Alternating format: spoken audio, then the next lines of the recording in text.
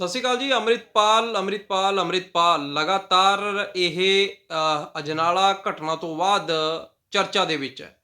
ਪੰਜਾਬ 'ਚ ਚਰਚਾ ਹੋਵੇ ਵੀ ਕਿਉਂ ਨਾ, ਇੱਕ ਤਾਂ ਕੌਮੀ ਮੁੱਦਾ ਜਾਂ ਕਹੀਏ ਕਿ ਸਿੱਖ ਕੌਮ ਦਾ ਮੁੱਦਾ, ਦੂਜੇ ਪਾਸੇ ਦੇਖੀਏ ਤਾਂ ਜਿਹੜੀ ਉੱਥੇ ਘਟਨਾ ਹੋਈ ਉਸ ਨੂੰ ਲੈ ਕੇ ਲਗਾਤਾਰ ਐਂ ਲੱਗਦਾ ਵੀ ਸਿਆਸਤਦਾਨ ਤਾਂ ਸਾਰੇ ਇੱਕ ਸਟੇਜ 'ਤੇ ਇਕੱਠੇ ਹੋ ਗਏ ਨੇ।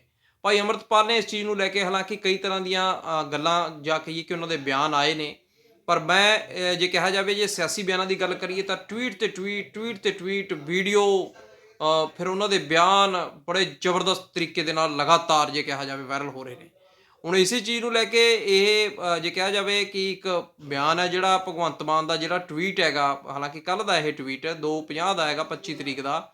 ਸ਼ਬਦ ਗੁਰੂ ਸ਼੍ਰੀ ਗੁਰੂ ਗ੍ਰੰਥ ਸਾਹਿਬ ਜੀ ਨੂੰ ਢਾਲ ਬਣਾ ਕੇ ਥਾਣਿਆਂ ਤੱਕ ਲੈ ਜਾਣ ਵਾਲੇ ਕਿਸੇ ਵੀ ਪੱਖ ਤੋਂ ਪੰਜਾਬ ਅਤੇ ਪੰਜਾਬੀਅਤ ਦੇ ਵਾਰਿਸ ਅਖਵਾਉਣ ਦੇ ਕਾਬਿਲ ਨਹੀਂ ਹੈਗੇ।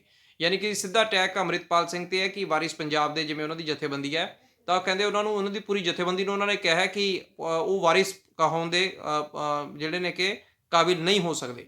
ਹੁਣ ਇਸੇ ਚੀਜ਼ ਨੂੰ ਲੈ ਕੇ ਦੇਖਿਆ ਜਾਵੇ, ਕੈਪਟਨ ਅਮਰਿੰਦਰ ਸਿੰਘ ਨੇ ਤਾਂ ਖੈਰ ਨਾਲ ਦੀ ਨਾਲ ਭੜਕਦੇ ਨਜ਼ਰ ਆਏ ਸੀ ਜਦੋਂ ਇਹ ਅਜਨਾਲਾ ਘਟਨਾ ਹੋਈ ਆ।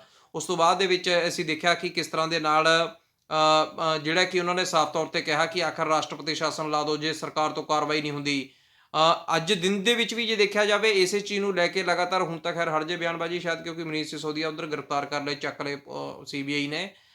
ਦੂਜੇ ਪਾਸੇ ਜੇ ਦੇਖਿਆ ਜਾਵੇ ਪੰਜਾਬ ਸਰਕਾਰ ਦੇ ਸੈਸ਼ਨ ਵਾਲਾ ਮਸਲਾ ਜਿਹੜਾ ਉਹ ਸੁਪਰੀਮ ਕੋਰਟ ਪਾ ਗਿਆ। ਹੁਣ ਹੋ ਸਕਦਾ ਵੀ ਇਹਦੇ ਤੋਂ ਡਾਇਵਰਟ ਸ਼ਾਇਦ ਇਹ ਚੀਜ਼ ਹੋ ਜਾਏ, ਪਰ ਹੁਣ ਤੱਕ ਦਾ ਤਾਂ ਜਿਹੜਾ ਜੇ ਕਿਹਾ ਜਾਵੇ ਜਿਹੜੀਆਂ ਚੀਜ਼ਾਂ ਸਾਹਮਣੇ ਆਈਆਂ, ਵਰਿੰਦਰ ਢਿੱਲੋਂ ਜੇ ਕਿਹਾ ਜਾਵੇ ਕੋਈ ਯੂਥ ਕਾਂਗਰਸ ਦੇ ਪ੍ਰਧਾਨ, ਉਹਨਾਂ ਨੇ ਸਿੱਧੇ ਤੌਰ 'ਤੇ ਇਸ ਚੀਜ਼ ਨੂੰ ਵਿਗਾੜਿਆ ਕਿ ਆਖਰਕਾਰ ਯੂਥ ਕਿੱਧਰ ਨੂੰ ਜਾ ਰਿਹਾ, ਕਿਉਂ ਕਿਰਪਾਨਾਂ ਚੱਕੀ ਜਾ ਰਹੇ ਹੋ, ਪੜ੍ਹ ਲਿਖ ਕੇ ਆ ਜਿਹੜਾ ਤੁਸੀਂ ਆਖਰ ਇੱਕ ਵਧੀਆ ਅਹੁਦਿਆਂ 'ਤੇ ਜਾਓ। ਇੱਥੋਂ ਤੱਕ ਕਿ ਉਹਨਾਂ ਨੇ ਅਜੇ ਬੰਗਾ ਹੋਰਾਂ ਦੀ ਵੀ ਉਦਾਹਰਨ ਦਿੱਤੀ, ਜਿਨ੍ਹਾਂ ਦੀ ਮੈਂ ਪੋਸਟ ਪਾਈ ਹੋਈ ਹੈ ਪਹਿਲਾਂ, ਕਿ ਅਜੇ ਬੰਗਾ ਜਲੰਧਰ ਤੋਂ ਦੇ ਨਾਲ ਟੱਚ ਕਰਦੇ ਨੇ, ਯਾਨੀ ਕਿ ਉੱਥੋਂ ਦਾ ਪਰਿਵਾਰ ਆ, ਪਰ ਹੁਣ ਵੱਡੇ ਤੌਰ 'ਤੇ ਪਛਾਣ ਹੈ। ਅਮਰੀਕਾ ਨੇ ਉਹਨਾਂ ਦਾ ਨਾਮ ਹੈ ਜਿਹੜਾ ਉਹ ਵਰਲਡ ਬੈਂਕ ਦੇ ਮੁਖੀ ਦੇ ਤੌਰ 'ਤੇ ਕਰਿਆ, ਉਹਦਾ ਵੀ ਜ਼ਿਕਰ ਕਰਿਆ, ਯਾਨੀ ਕਿ ਉਸ ਤਰ੍ਹਾਂ ਦੇ ਨਾਲ ਬਣੋ। ਅੰਮ੍ਰਿਤਪਾਲ ਨੇ ਤਾਂ ਕਹਿੰਦੇ ਆਪਦਾ ਏਜੰਡਾ ਕਲੀਅਰ ਕਰਤਾ, ਵਰਿੰਦਰ ਢਿੱਲੋਂ ਕਹਿੰਦੇ ਕਿ ਉਹ, ਪਰ ਉਹਦੇ ਨਾਲ ਕਹਿੰਦੇ ਕੋਈ ਸਕਸੈਸਫੁਲੀ ਅਸੀਂ ਅੱਗੇ ਵੱਧ ਨਹੀਂ ਸਕਦੇ। ਇਸੇ ਤਰ੍ਹਾਂ ਦੇ ਨਾਲ ਕੈਪਟਨ ਅਮਰਿੰਦਰ ਸਿੰਘ ਦੇ ANI ਨੇ ਕਈ ਟਵੀਟ ਕੀਤੇ, ਉਹਦੇ ਵਿੱਚ ਕੈਪਟਨ ਅਮਰਿੰਦਰ ਸਿੰਘ ਕਹਿੰਦੇ ਨੇ ਕਿ ਕਾਨੂੰਨ ਵਿਵਸਥਾ ਤੋਂ ਭਗਵੰਤ ਮਾਨ ਕੇ ਪਾਸ है, वो क्या डर रहे हैं, वो क्या कर रहे हैं। पंजाब और ईस्ट इंडिया का बॉर्डर पाकिस्तान के साथ लगा हुआ है, अगर ये नहीं संभाल सकते तो केंद्र सरकार को संभालना पड़ेगा। अजनाला मामले पर पंजाब के पूर्व मुख्यमंत्री कैप्टन अमरिंदर सिंह ने ਜਿਹੜੀ ਆਪਦੀ ਪ੍ਰਤੀਕਿਰਿਆ ਦਿੱਤੀ ਹੈ, ਯਾਨੀ ਕਿ ਇਹ ਕੈਪਟਨ ਅਮਰਿੰਦਰ ਸਿੰਘ ਨੇ ਆਪਦਾ ਹੋ ਕਿਹਾ ਹੈ। ਉਸ ਤੋਂ ਬਾਅਦ ਕੀ ਹੈ ਕਿ ਕੈਪਟਨ ਅਮਰਿੰਦਰ ਦਾ ਇੱਕ ਹੋਰ ਬਿਆਨ ਆਉਂਦਾ ਹੈ, ਉਹ ਕਹਿੰਦੇ कि जिस दिन अजनाला घटना हुई उस दिन मुख्यमंत्री दिल्ली में अरविंद केजरीवाल के साथ थे, उन्हें इससे कोई रुचि नहीं है कि पंजाब में क्या चल रहा है। मुझे लगता है कि मुख्यमंत्री कदम उठाने से डरते हैं। पंजाब के पूर्व मुख्यमंत्री कैप्टन अमरिंदर सिंह, इस तरह से कोई भी सरकार नहीं चल सकती जिस तरह से ये सरकार चल रही है। पुलिस को जो आदेश होता है वह वही करते हैं, अगर उन्हें आदेश है कि कुछ नहीं करना तो वो क्या कर सकते हैं।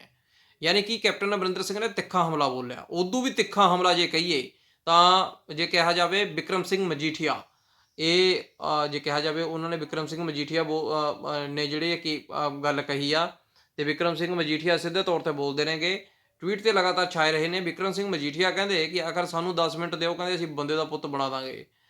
ਸਿੱਧਾ ਹਮਲਾ ਉਹਨਾਂ ਨੇ ਇਸ ਚੀਜ਼ ਨੂੰ ਲੈ ਕੇ ਬੋਲਿਆ, ਕਿਉਂਕਿ ਲਗਾਤਾਰ ਜੇ ਕਿਹਾ ਜਾਵੇ ਇਸ ਚੀਜ਼ ਨੂੰ ਲੈ ਕੇ, ਅੰਮ੍ਰਿਤਪਾਲ ਦੇ ਮਸਲੇ ਨੂੰ ਲੈ ਕੇ ਜਿਹੜੀਆਂ ਬਿਆਨਬਾਜ਼ੀਆਂ ਨੇ ਉਹ ਚੱਲ ਰਹੀਆਂ ਨੇਗੀਆਂ। ਹੁਣ ਉਸੇ ਚੀਜ਼ ਨੂੰ ਲੈ ਕੇ ਤੁਹਾਨੂੰ ਬਿਕਰਮ ਮਜੀਠੀਆ ਵਾਲੀ ਗੱਲ ਸੁਣਾ ਦੇਣਾ ਮੈਂ ਕਿ ਕੀ ਉਹ ਜਿਹੜੇ ਨੇ ਕਹਿੰਦੇ ਨੇਗੇ, ਲੱਤਾਂ ਕਮਜ਼ੋਰ ਹੋ ਗਈਆਂ ਨਾ,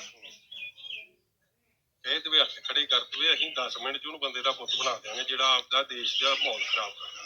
ਮੈਂ ਤੁਹਾਨੂੰ ਪਹਿਲਾਂ ਕਿਹਾ ਕਿ ਦੇਸ਼ ਪਹਿਲਾਂ, ਪੰਜਾਬੀਅਤ ਪਹਿਲਾਂ, ਭਾਈਚਾਰਕ ਸਾਂਝ ਪਹਿਲਾਂ, ਇਹ ਹਾਲਾਤ ਨਹੀਂ ਪੈਦਾ ਹੋਣ। ਉਹ ਕਹਿੰਦੇ 10 ਮਿੰਟ ਸਾਨੂੰ ਦਿਓ, ਅਸੀਂ ਬੰਦੇ ਦਾ ਪੁੱਤ ਬਣਾ ਦਾਂਗੇ। ਇਸੇ ਚੀਜ਼ ਨੂੰ ਲੈ ਕੇ ਜੇ ਦੇਖਿਆ ਜਾਵੇ ਲਗਾਤਾਰ ਨੇ ਜਿਹੜੇ ਬਿਆਨ ਹੁੰਦੇ ਨਜ਼ਰ ਆ ਰਹੇ ਨੇ। ਫਿਰ ਦੁਪਹਿਰੇ ਜੇ ਭਗਵੰਤ ਮਾਨ ਦੁਬਾਰੇ ਫਿਰ ਬੋਲੇ। ਭਗਵੰਤ ਮਾਨ ਨੇ ਦੇਖੋ ਕੀ ਕਿਹਾ। श्री गुरु ग्रंथ साहब जी से आशीर्वाद लें, उनकी शिक्षाओं पर चलें, लेकिन ये नहीं होना चाहिए कि उसकी आड़ में आप कहीं पे आ गए और पुलिस ने आपको कुछ नहीं कहा तो इसको आप बोलने लगे हम जीत गए, हमने ये कर लिया। तो पंजाब में फिर कहता हूँ अमन शांति पूर्वक है, और इसकी चारों तरफ से इस बात की निंदा हो रही है कि श्री गुरु ग्रंथ साहब जी को ऐसे गलियों में लेके जाके, जब थाने के सामने लेके जाके पुलिस वालों को मतलब उनके इमोशंस को ऐसे उन्होंने मतलब इस्तेमाल किया। लेकिन मैं पंजाब पुलिस को इस बात की बधाई देता हूं कि भले ही उनको चोटें लगी हैं, लेकिन उन्होंने श्री गुरु ग्रंथ साहब जी का अपमान होने से बचा लिया। तो लेकिन अभी मैं हमारे धर्म के जो विद्वान हैं उनसे भी बेनती करता हूँ, इस बात पे सर जोड़ के बैठना चाहिए कि क्या अभी कल कोई जमीन पर कब्जा लेने जाएगा तो वहाँ श्री गुरु ग्रंथ साहब जी का प्रकाश कर लेगा तो जी, तो आप पुलिस तो आ ही नहीं सकती जी, हमने तो कब्जा कर लिया।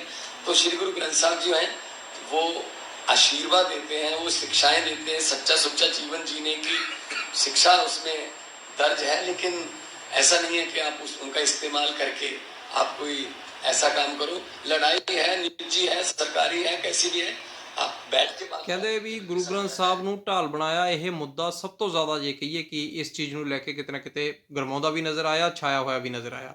ਸਾਜੋਵਾਲ ਤੇ ਮੈਂ ਇਹ ਜੇ ਦੇਖਿਆ ਜਾਵੇ ਬਿਆਨ ਅੱਡੋ ਅੱਡ ਜਿਹੜੇ ਨੇ ਉਹ ਲਗਾਤਾਰ ਆਏ ਕਿ ਇੱਕ ਟਰੈਵਲ ਡਾਕੂਮੈਂਟ ਇੰਡੀਆ ਦਾ ਮੇਰੇ ਕੋਲ ਹੈਗਾ, ਪਰ ਤੇ ਉਹਨਾਂ ਦੀ ਅੰਮ੍ਰਿਤਪਾਲ ਦੇ ਬਿਆਨਾਂ ਨੂੰ ਲੈ ਕੇ ਕਈ ਹੋਰਾਂ ਨੂੰ ਵੀ ਯਾਨੀ ਕਿ ਉਹਨਾਂ ਨੇ ਟਰੈਵਲ ਏਜੰਟ ਜਿਵੇਂ ਟਰੈਵਲ ਏਜੰਟ ਸੌਰੀ ਕਿਹਾ ਮੈਂ, ਕਹਿੰਦੇ ਉਹ ਟਰੈਵਲ ਨੂੰ ਲੈ ਕੇ ਵੀ ਉਹਨਾਂ ਨੇ ਕਿਹਾ ਕਿ ਪਾਸਪੋਰਟ ਇੱਕ ਟਰੈਵਲ ਕਰਨ ਦਾ ਜ਼ਰੀਆ, ਮੈਂ ਇੰਡੀਅਨ ਨਹੀਂ ਗਾ ਮੰਨਦਾ। ਇਸੇ ਚੀਜ਼ਾਂ ਨੂੰ ਲੈ ਕੇ ਬਹੁਤ ਸਾਰੀਆਂ ਚੀਜ਼ਾਂ ਨੇ ਜਿਹੜੀਆਂ ਉਹ ਹੁੰਦੀਆਂ ਹੋਈਆਂ ਨਜ਼ਰ ਆਈਆਂ। ਹੁਣ ਗੱਲ ਇਹ ਕਿ ਆਖਰਕਾਰ ਇਹਦੇ ਵਿੱਚ ਸਭ ਤੋਂ ਜ਼ਿਆਦਾ ਵੱਡੇ ਤੌਰ ਤੇ ਹੈ ਕੀ ਹੈ। ਸਰਕਾਰ ਤੇ ਨਾਲ ਸਿਆਸਤਦਾਨ ਇਹ ਗੱਲ ਕਹਿੰਦੇ ਨੇ ਕਿ ਆਖਰ ਇਹ ਜਿਹੜਾ ਕੁਛ ਵੀ ਹੋਇਆ ਉਹ ਠੀਕ ਨਹੀਂ ਹੋਇਆ, ਕਿਉਂਕਿ ਉੱਥੇ ਸ਼੍ਰੀ ਗੁਰੂ ਗ੍ਰੰਥ ਸਾਹਿਬ ਨੂੰ ਲੈ ਕੇ ਹੀ ਪੁਲਿਸ ਕਾਰਵਾਈ ਨਾ ਕਰ ਪਾਈ। ਪਰ ਸਵਾਲ ਉਰੇ ਇਹ ਆਉਂਦਾ ਵੀ ਜਿੱਡੇ ਵੱਡੇ ਤੌਰ ਤੇ ਉੱਥੇ ਇਕੱਠ ਸੀਗਾ ਕਿ ਜੇ ਸ਼੍ਰੀ ਗੁਰੂ ਗ੍ਰੰਥ ਸਾਹਿਬ ਦੀ ਉੱਥੇ ਹਜ਼ੂਰੀ ਨਾ ਹੁੰਦੀ ਤਾਂ ਕੀ ਫਿਰ ਪੁਲਿਸ ਦਾ ਮਤਲਬ ਬਹੁਤ ਸਖਤ ਕਾਰਵਾਈ ਕਰ ਲੈਂਦੀ। ਹੁਣ ਗੱਲ ਇਹ ਹੈ ਵੀ ਇਸੇ ਚੀਜ਼ ਨੂੰ ਲੈ ਕੇ ਪੁਲਿਸ ਕੋਲੇ ਪਲਾਨ ਕੀ ਸੀਗਾ। ਪੁਲਿਸ ਬਿਲਕੁਲ ਇਹ ਤੋਂ ਮੁਨਕਰ ਨਹੀਂ ਹੋ ਸਕਦੀ ਕਿਉਂਕਿ ਪੁਲਿਸ ਕੋਲੇ ਇਨਪੁਟਸ ਹੁੰਦੇ ਨੇਗੇ। ਇਹ ਠੀਕ ਹੈ ਵੀ ਹੁਣ ਕਹਿਣ ਨੂੰ ਤਾਂ ਚੀਜ਼ਾਂ ਚੰਗੀਆਂ ਲੱਗੀ ਜਾਂਦੀਆਂ ਨੇਗੀਆਂ, ਪਰ ਵੱਡੇ ਤੌਰ ਤੇ ਜੇ ਕਿਹਾ ਜਾਵੇ ਕਿ ਪੁਲਿਸ ਇਕੱਲੀ ਇਸੇ ਚੀਜ਼ ਨੂੰ ਉਹ ਕਰ ਰਹੀ ਹੈ, ਇੱਕ ਇਸ਼ੂ ਜ਼ਰੂਰ ਬਣ ਗਿਆ ਇਸ ਚੀਜ਼ ਨੂੰ ਲੈ ਕੇ, ਕਿਉਂਕਿ ਸਾਰੇ ਲੋਕ ਇਸ ਚੀਜ਼ ਤੇ ਬੋਲਦੇ ਹੋਏ ਨਜ਼ਰ ਆਏ। ਭਾਈ ਅੰਮ੍ਰਿਤਪਾਲ ਨੇ ਵੀ ਹਾਲਾਂਕਿ ਇਸ ਚੀਜ਼ ਨੂੰ ਲੈ ਕੇ ਸਪਸ਼ਟ ਤੌਰ ਤੇ ਕਿਹਾ, ਉਹ ਕਹਿੰਦੇ ਕਿ ਸਾਡੀ ਅਗਵਾਈ ਗੁਰੂ ਸਾਹਿਬ ਵੀ ਹਮੇਸ਼ਾ ਕਰਦੇ ਆਏ ਨੇ ਤੇ ਉਸੇ ਚੀਜ਼ ਨੂੰ ਲੈ ਕੇ ਅਸੀਂ ਅੱਗੇ ਵਧਾਂਗੇ, ਤੇ ਨਾਲ ਨਾਲ ਉਹਨਾਂ ਨੇ ਇਸ ਚੀਜ਼ ਦਾ ਜਵਾਬ ਵੀ ਦਿੱਤਾ। ਹੁਣ ਗੱਲ ਇਹ ਵੀ ਹੈ ਪੂਰੇ ਸੂਬੇ ਦੇ ਵਿੱਚ ਜੇ ਕਿਹਾ ਜਾਵੇ ਕਿ ਆਖਰ ਇਸ ਚੀਜ਼ ਦਾ ਇੱਕ ਪੂਰਾ ਬੇਸ ਬਣਿਆ ਗਿਆ, ਪੂਰੀ ਗੱਲ ਅੱਗੇ ਵਧਦੀ ਹੋਈ ਨਜ਼ਰ ਆਈ। ਉਹਦੇ ਨਾਲ ਹੀ ਜੇ ਕਿਹਾ ਜਾਵੇ ਇੱਕ ਹੁਣ ਗੱਲ ਕੀਤੀ ਜਾਵੇ ਤਾਂ ਇੱਕ ਇੰਡੀਆ ਟੀਵੀ ਦਾ ਵੀ ਕੋਨਾ ਖਾਸਾ ਘੁੰਮਦਾ ਹੋਇਆ ਨਜ਼ਰ ਆਇਆ, ਜਿਹਦੇ ਵਿੱਚ ਭਾਈ ਅੰਮ੍ਰਿਤਪਾਲ ਹੋਰਾਂ ਨੇ आपने डिटरमाइन कर लिया होगा ना कि आप मानते हैं या नहीं मानते। देखो, मैं इंडियन कॉन्स्टिट्यूशन को तब मानना शुरू करूंगा जब इंडियन कॉन्स्टिट्यूशन मुझे मानना शुरू कर देगा।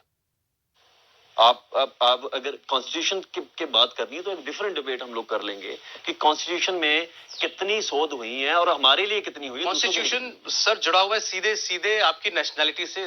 ਇੰਡੀਆ ਟੀਵੀ ਤੇ ਉਹਨਾਂ ਦੀ ਇੱਕ ਆ ਰਹੀ ਹੈਗੀ, मानता हूँ या नहीं मानता हूँ। ਜਵਾਬ ਆ ਰਿਹਾ ਹੈ, ਕਿਉਂਕਿ ਇਹ ਮੁੱਦਾ ਜਿਹੜਾ ਅਜਨਾਲੇ ਵਾਲਾ ਬਣਿਆ ਉਸ ਤੋਂ ਬਾਅਦ ਇੱਕ ਵੱਡੇ ਤੌਰ ਤੇ ਕਹਿ ਸਕਦੇ ਹਾਂਗੇ ਕਿ में रहे कि कुछ नहीं हो रहा। मुझे बता दीजिए, इस वक्त भारत में हिंदू राष्ट्र के लिए कहीं कोई एजिटेशन चल रहा हो? कई लोग मोर्चे निकाल रहे हो, कई लोग धरने दे रहे हैं। ਇਹ ਜੇ ਦੇਖਿਆ ਜਾਵੇ ਉਹਨਾਂ ਨੇ ਉਹ ਕਰਿਆ।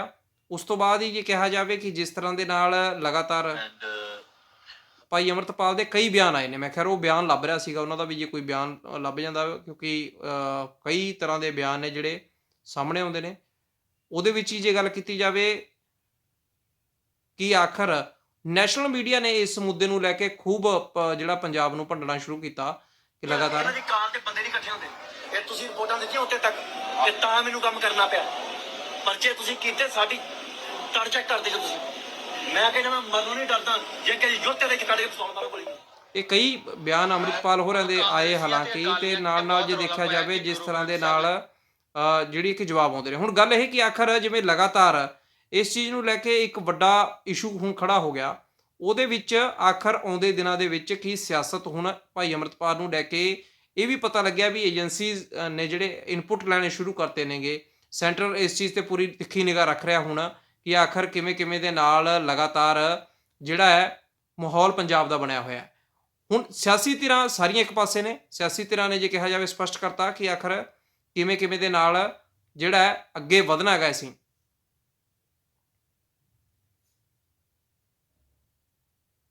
ਹੁਣ ਇਹ ਉਹਨਾਂ ਦੇ ਅੱਜ ਇੰਡੀਆ ਟੀਵੀ ਤੇ ਇੰਟਰਵਿਊ ਹੋਈ ਹੈ, ਸ਼ਾਇਦ ਉਹ ਲਗਾਤਾਰ ਹੋ ਆ ਰਹੀ ਹੈ। ਤੇ ਹਾਲਾਂਕਿ ਉਹਨਾਂ ਨੇ ਤਾਂ ਇਹ ਗੱਲ ਕਹਿਤੀ ਸੀਗੀ ਕਿ ਗੁਰੂ ਸਾਹਿਬ ਤਾਂ ਸਾਡੀ ਸਦਾ ਹੀ ਅਗਵਾਈ ਕਰਦੇ ਨੇ ਤੇ ਗੁਰੂ ਸਾਹਿਬ ਸਾਡੇ ਨਾਲ ਨੇਗੇ ਤੇ ਅਸੀਂ ਕੋਈ ਇਹਦੇ 'ਚ ਉਹ ਨਹੀਂ ਕਰਿਆ ਹੈਗਾ ਤੇ ਮੈਂ ਕੋਈ ਲੁਕੇ ਨਹੀਂ ਗਿਆ। ਫਿਰ ਕੰਗਨਾ ਰਣੌਤ ਵਾਲਾ ਕਾਫੀ ਚੱਲਿਆ, ਕੰਗਨਾ ਰਣੌਤ ਨੇ ਚੈਲੰਜ ਕਰਤਾ, ਅੱਗੇ ਭਾਈ ਸਾਹਿਬ ਨੇ ਮੰਨ ਲਿਆ। ਇਹ ਕਹਿ ਸਕਦੇ ਹਾਂ ਕਿ ਹੁਣ ਆਉਂਦੇ ਦਿਨਾਂ ਦੇ ਵਿੱਚ ਆਖਰ ਕਿਸ ਤਰ੍ਹਾਂ ਦੇ ਨਾਲ ਲਗਾਤਾਰ ਇਹ ਮੁੱਦੇ ਨੇ ਜਿਹੜੇ ਉਹ ਚੱਲਦੇ ਹੋਏ ਨਜ਼ਰ ਆਉਣਗੇ। ਹੁਣ अगर किसी को पुलिस ने गलत पकड़ा है तो फिर कोर्ट में जाओ। देयर इज अ कॉन्स्टिट्यूशन, कानून है इसमें। ये कैसे कि आप जाके कैप्टन अमरिंदर सिंह अजनाले के पुलिस स्टेशन में आप हमला बोलो, पुलिस वालों को जख्मी करो। और ਤੇ ਵੱਡੇ ਤੌਰ ਤੇ ਕਹਿ ਸਕਦੇ ਹਾਂ ਵੀ ਆਖਰ ਜਿਵੇਂ ਇਹ ਪੂਰੇ ਇੱਕ ਸਮੀਕਰਨ ਚੱਲਿਆ, ਹੁਣ ਉਹਦੇ ਦਿਨਾਂ ਦੇ ਵਿੱਚ ਹੈ ਕਿ ਆਖਰ ਬਣਦਾ ਕੀ ਹੈ, ਕਿਉਂਕਿ ਇਹ ਇਸ਼ੂ ਨੇ ਲੱਗਦਾ ਵੱਡੇ ਤੌਰ ਤੇ ਇੱਕ ਚਰਚਾ ਉਹ ਖੜੀ ਕਰਤੀ ਹੈਗੀ।